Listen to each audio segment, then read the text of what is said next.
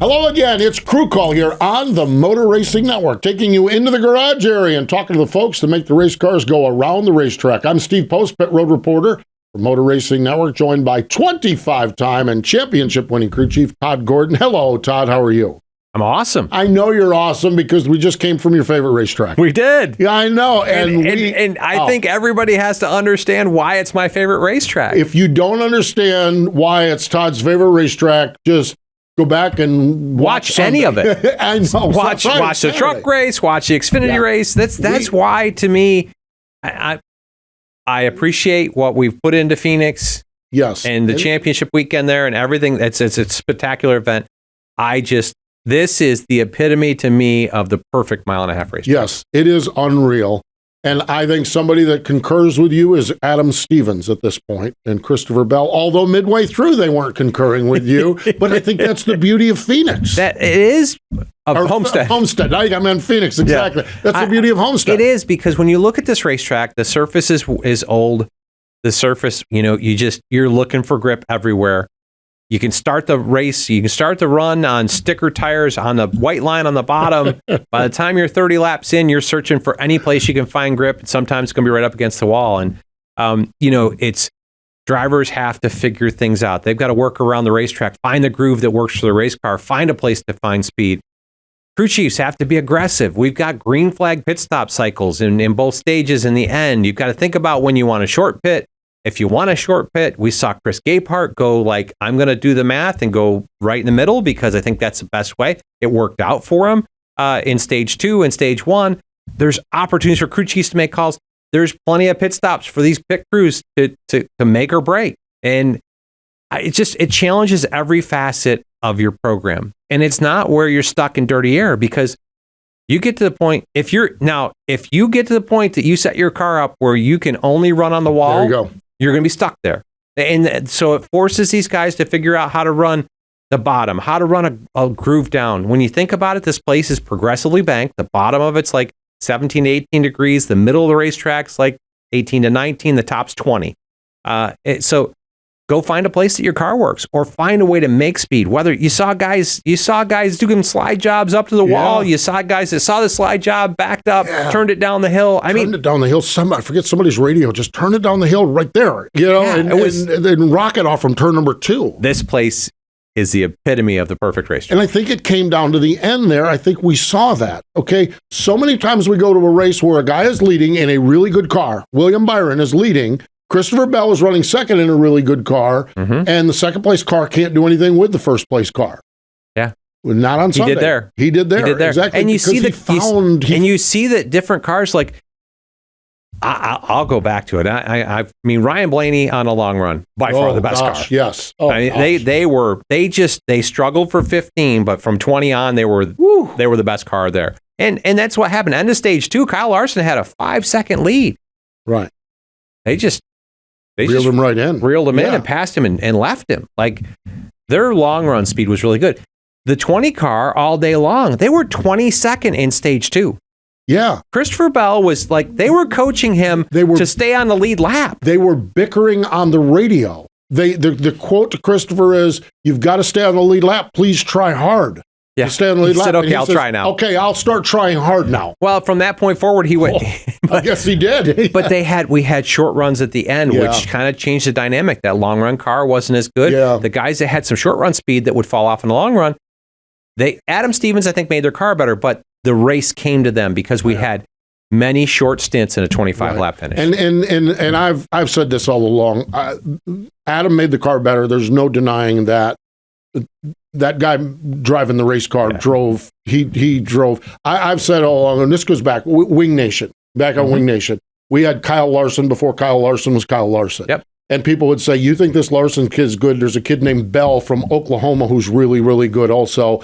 And I've always believed in Christopher Bell. And I think that those last few laps, him going toe-to-toe with William Byron, Byron's been probably the best team all year long. I just think that Adam made the car better, and Christopher Bell said, let me take it from here, and they won the race. Yeah, it was pretty cool, really cool. And we saw it through the weekend. We talk about it, but I'll go back. I want to give Rich Lucius. Right, Rich Lucius, exactly. What a call in that truck race. Truck race. So you're sitting here on the truck race, and you've got you got 4 sets of tires for the race, which pretty much lays it out that you can take. You're going to start on a set. You're going to take a set at the end of stage 1. You're going to take a set at the end of stage 2, and from stage 2 to the end, you're going to need to take another set. Right. You got 1 set. That's it. Caution comes out at like 55 to go. Right at the top end of the fuel window. Right at the window. And 99, Ben Rhodes is running 10th to 12th all day, and he said this in his victory in his post-race interview. Said, I was 10th to 12th place truck. Rich pits him, puts his last set of tires on, hoping that it goes green from there on out, and it did. Yeah. And he didn't end up winning the race. Everybody, the really, really fast trucks. Yeah, Carson Hocevar. Carson actually green flag pitted, got his tires, and had enough pace to run Ben Rhodes down and pass him. But that got him to second or third place finish. Third place finish was their magic point, and Rich Lucius got Ben third. That place. Third place finish, by the time that the 38 truck got disqualified, put them tied with Nick Sanchez. Right, but they knew they had the tiebreaker was in their favor. That's right. I mean, that's what I love about this place. You can make gutsy calls. There's opportunities to make things happen. Rich Lucius, that was when he pitted that truck. I'm like, there is no way. And then as you're starting to follow this thing, and I heard the spotters, Rich say, if we stay in the top 3, we're all right. And so I run over and I get a scoreboard. I'm like, wait a minute, if we don't get a caution, they might just do this. I thought that I was looking at him like, no. No. The lap time difference, I think he's going to get past, and he did get past. But our screen didn't give his points; just said he was guaranteed in. So I didn't realize where I thought tie, if he doesn't win, then we came back. But he's got a 4-point lead still. Wait a minute, it's a 3-point lead.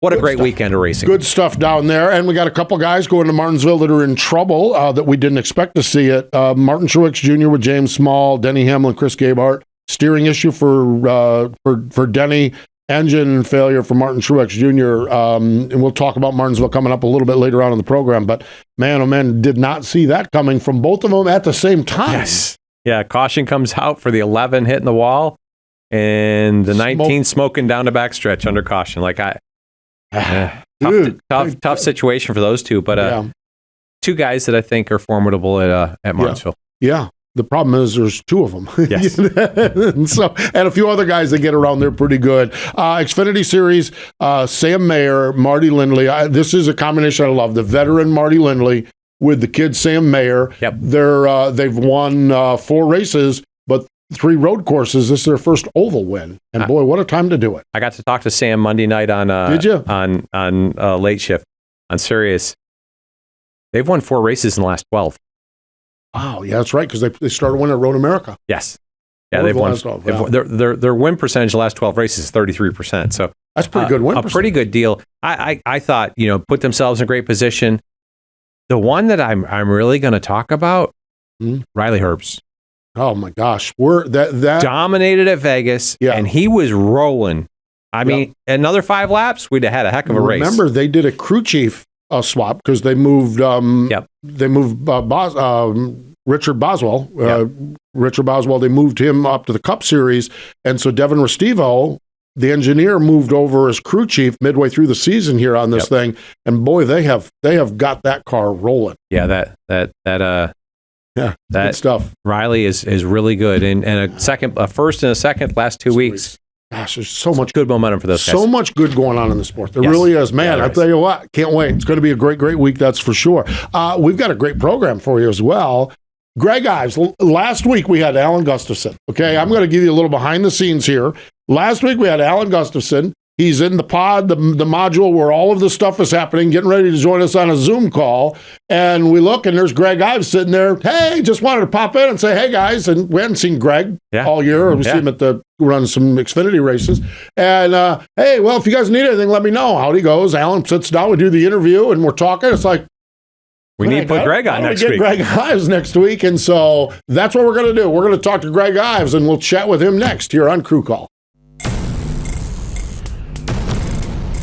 Welcome back. It is Crew Call here on the Motor Racing Network. Todd Gordon, Steve Post, and let's go over to Hendrick Motorsports. Greg Ives from the competition department over there joins us. Hello, Greg. How are you? I'm doing well today. I hope you guys are as well. We are. It is great to catch up with you again and see what in the wide world of sports is going on over there. Are you part-timing? Are you full-timing? Are you overtiming? How has the transition been since getting off the Cup box a year ago? Yeah, I mean, I kind of explained it best. Before I felt like I had one cup to fill, and that was with the 48 team. And going to the racetrack every week. Now it seems like I got 4 or 5 of them. So, which is great. It keeps me busy, but also, my number one priority coming off the box was being a dad. And I've been able to do that this year, and been able to enjoy softball games and go-kart races and choir, chorus recitals, and maybe just taking it easy a little bit on Saturday afternoon. So. Been really able to enjoy that, but been pretty busy with whether it was Garage 56 or Xfinity Racing or working with the GM Tech Center folks and just trying to find my way after trying to pursue that crazy goal of being a crew chief. Yeah, and so many pieces to unpack there. I'll hit the Xfinity program first. I want to save the Garage 56 for later, but. You've been involved in the Xfinity program. I think I heard earlier this week, maybe on a serious interview, plan is 8 to 10 races for next year. How's your involvement there? And how does that kind of keep you a little satisfied and having the seat on the pit box just to tickle that fancy a little bit? Yeah, I mean, that nothing's really secure for next year. Obviously, we wanted to continue this program that, we had Kevin Mendering do it all last year, and he filled in at Sonoma while I was gone at Garage 56. So I think we just, always want to, when you're not part of a program, especially with the way the Cup cars are so different these days, you kind of just want to keep, at least somewhat of knowledge base into the Xfinity program, just as you're growing a driver, bringing a driver back from potential injury like we had to deal with this year. Also, heck, these road course races are getting so intense and it's all about reps and getting the drivers comfortable at racetracks. So just wanted to stay familiar with that. Going into next year, kind of probably have a similar schedule laid out, but nothing finalized, like I said. And ultimately, who knows how, the sport of bringing in mechanics and car chiefs and crew chiefs is getting more and more difficult, that you have to, really internally grow you got to grow your people into leaders. And what a better way to do that than the Xfinity program. So a lot of different avenues that drives a lot of interest in the Xfinity racing, but those are a couple of them. Yeah. And there's a couple of things there that, when you talk about how different the Xfinity program is than the Cup program, obviously the next gen car suspension's completely different, and there's a lot of things for the mechanics that would be different. From the driver's standpoint, probably the biggest thing that stands out to me is the sequential shifter versus the H pattern. And do you see that as a significant piece? And if they were to bring a sequential shifter into the Xfinity series, even on the boxes they have, do you think that ties these programs together? Is that the piece that probably is the biggest challenge for the drivers? Yeah, I think, just ride height and attitude is probably the biggest. The H pattern, it seems like it's an old bike that they get to ride pretty quickly. So, with the day and age of simulator times and iRacing and those type of commonalities, to be able to get back into understanding what the H pattern is. I think maybe they look for fifth gear once in a while, but with the Cup car, they have 5 and, the Xfinity 4. But yeah, I mean, those are definitely a huge difference. And something that you kind of want to point out before they get in the car. But bring that sequential shifter into, Xfinity Series. I think it could just add cost more than it would add a benefit to bring Cup drivers back and forth. Just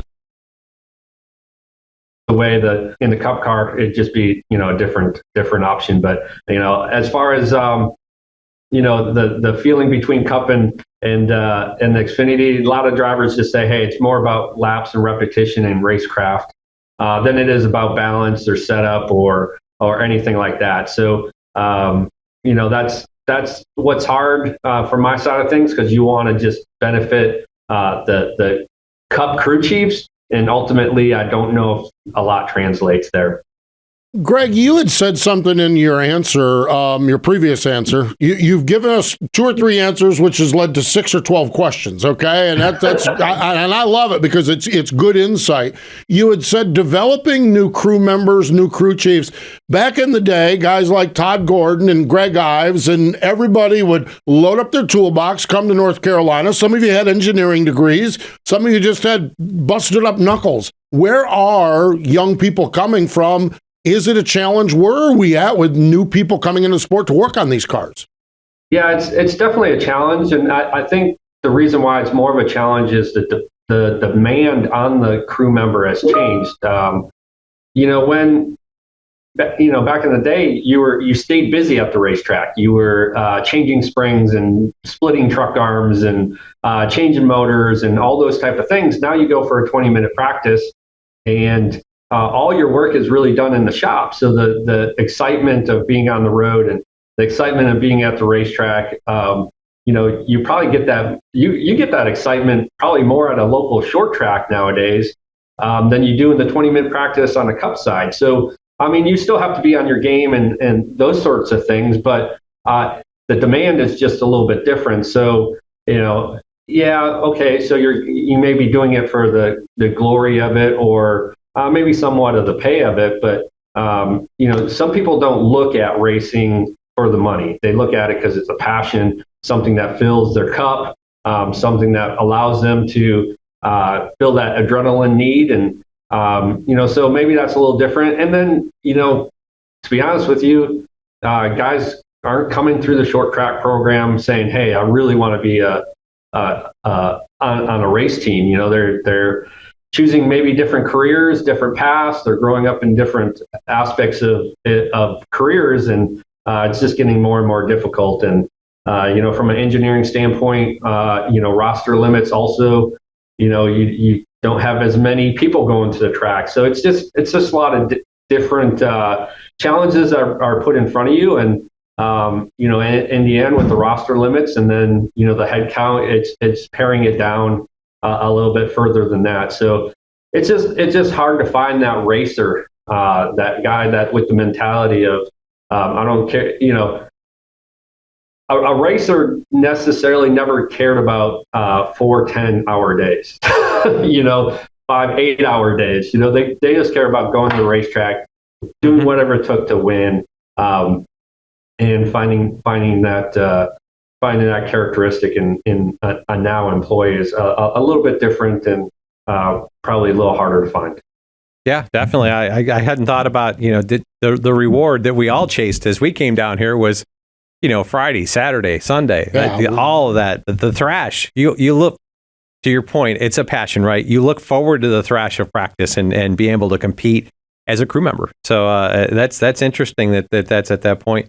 You didn't want to get bored. You didn't want to get bored, right? No. You didn't want to get bored at the track and be there for an hour and a half on a Saturday. And I remember the stopwatch with gear changes back. You talked about motor changes. They used to happen 3 times a weekend, but it was like a gear change had to be under 10 minutes. The car was coming down. You're stuck under it if you didn't get it done. Yeah. But the fun that we had back when we entered in.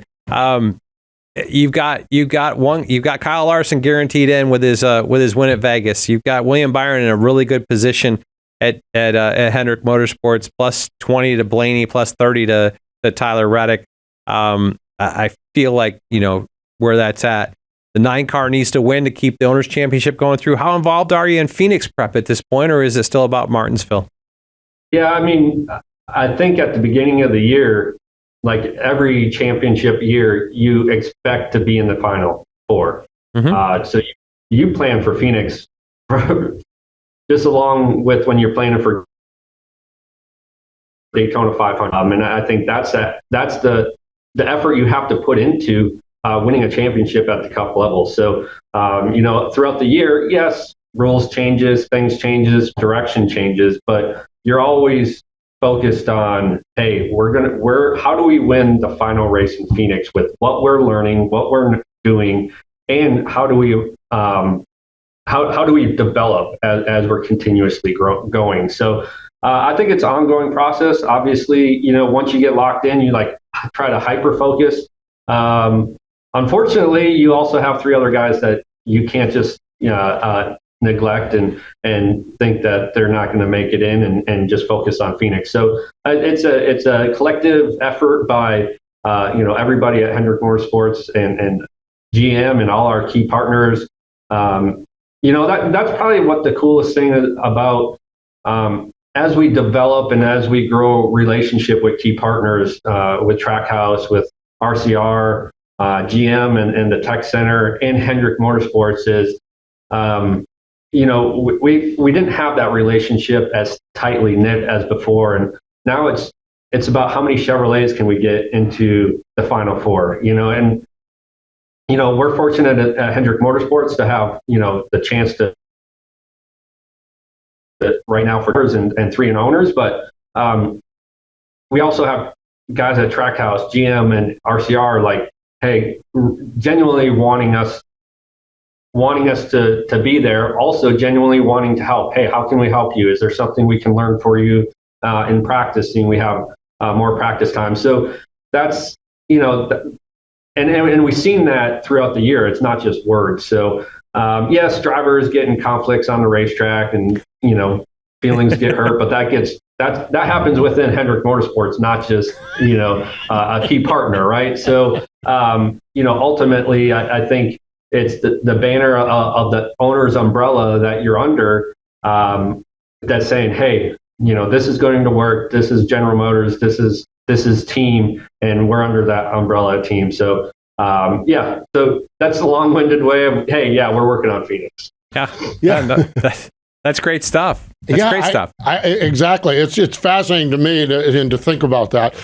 Greg, I want to go to the one of the other projects you've had your hands on is the Garage 56. I do PA at Charlotte Motor Speedway, and the Garage 56, the car was out on the racetrack, and I had gotten bullet points from your people over there, and Sunday morning they walk in and say, Mr. Hendrick wants to see you in his hauler. I'm like, why in the world is Steve Post getting called to Mr. Hendrick's hauler? Went down and talked to Mr. H, and he shared with me the experience of Le Mans, and it totally flipped everything I was going to say about the race car being on the racetrack as the PA announcer. What was the experience at Le Mans like? What was the project like, Greg? What was it like to be part of that? Yeah, I mean, it's really hard to actually put into words the feeling of accomplishment that the whole project and the collaboration of people was able to put together. And before we went over there was doubt. There was, hey, they're not going to accept you. Hey, you're not going to go fast enough. Hey, what are we even doing this for? And, all that stuff, you had to look in the mirror every day and say, hey, are you still up to this challenge and to make it the best that it possibly can? And you're not just representing Hendrick Motorsports, Chevrolet, you're representing all of NASCAR, every MRN media, every Fox, every NBC, USA, everybody that's part of NASCAR, umbrella we were trying to represent over there. And when we got there, yes, there was nerves. There was first acceptance, right? How are we going to be accepted in the garage? We got the first garage stall, right? So everybody's coming over, checking out the car. Hey, can we look at the car? Yeah, come on in, check it out. And just the influx of people and comments and questions. And the first time we went to start the car, it was like we had Fan Fest. And it was just all the other teams going out there just wanting to see the car and understand what it could do. And then, the first laps on track, we're like, how fast is this thing going to be? And how close is it to, simulation? And, just working with the people, the officials, we thought maybe they wanted us to be too slow or slow us down. And, in one of the drivers' meeting, they're like, hey, we're going to wave a white flag when the G56 car is in the Porsche curves because they may be too slow. And we're like, oh my goodness, what kind of perception do we have here? And we went out there And you guys saw the race, you guys saw the performance, you saw the lap time, and people were blown away. They're excited. There was, I think the only negative comment I heard about it was it kept people up at 4 o'clock in the morning when they're trying to get a little bit of nap before the Le Mans, the end of the Le Mans race. But it was great. The people were great. The race officials, the other race teams came over and even helping our pit crew, maybe perform a little bit of different pit stops with the whip hoses from the hangar and those type of things. So it was an awesome experience. Every day I leave it and talk about it is even better. That is so fascinating. Greg, you have been so involved with NASCAR for so many years.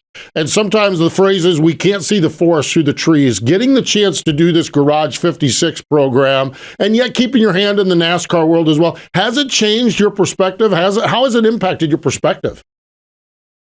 Yeah, I mean, it's just one of those, the Garage 56 really changed my perspective from, when you go to the racetrack and you deal with the officials, deal with, Brandon Thomas and Mr. France and all those folks, when you're on the NASCAR competition side, you're kind of a little bit reserved, right? You're not, you're doing your details and trying to go out there and be fast. But with the Garage 56 program, we had to collaborate with them and work, heck, we had more, probably hour-long meetings daily on how this program was going to be a success. So that collaboration, I think, really made us understand that as a whole, not just the G56 program, to be a success, we needed everybody. I think that's the same way I now think about NASCAR, as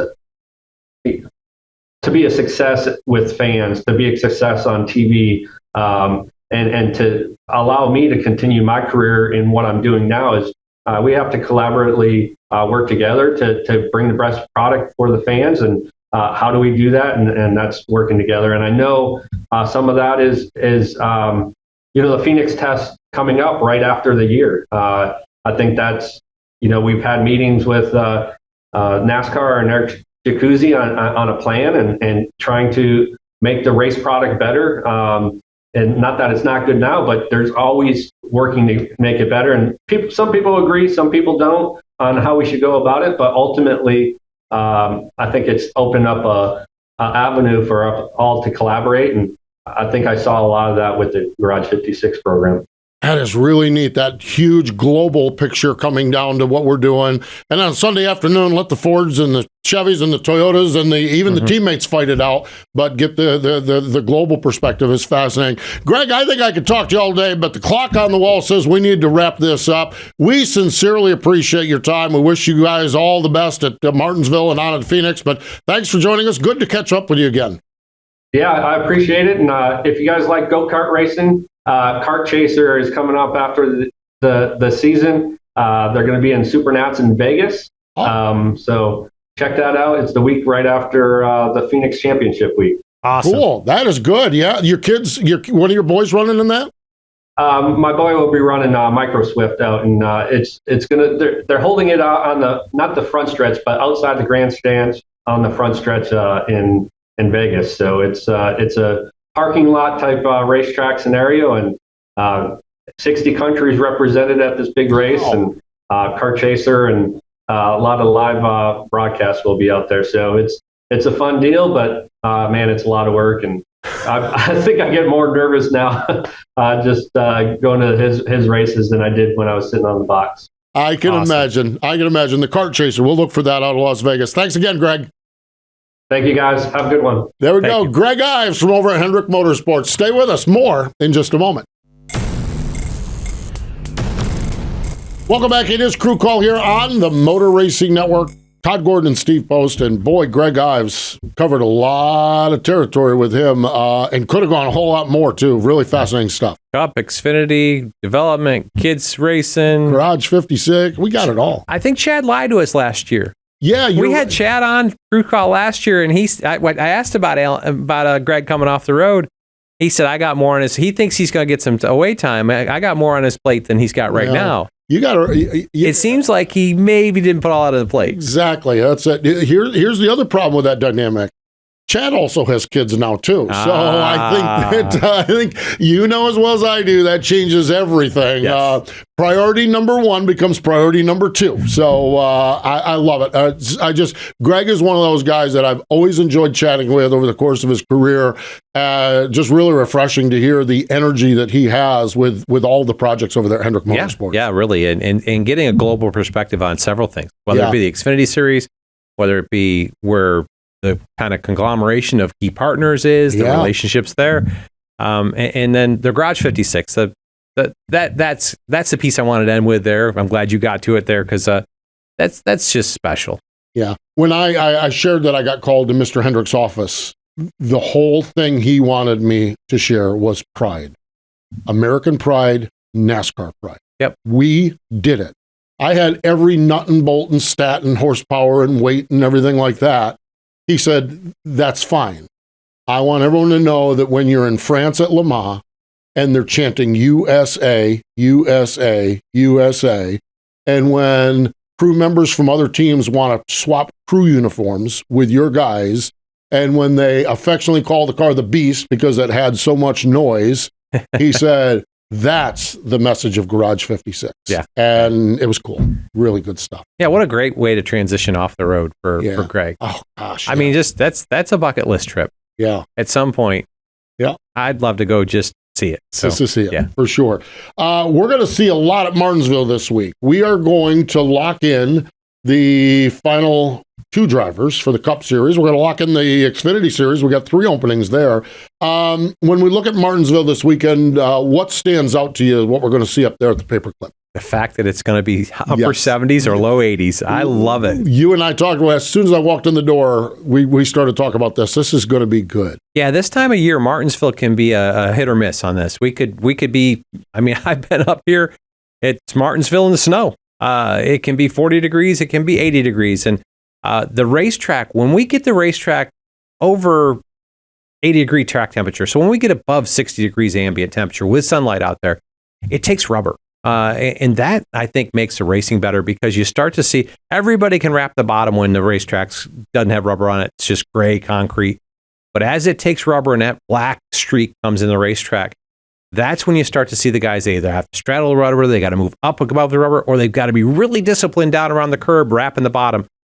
It opens up a lot of racing grooves. And at cautions, we'll pick that back up and start it back up. But with it 80 degrees and sunny, it's going to be a great event because we're going to see 30, 40 laps into a tire run that these guys are going to start searching for where they can make time.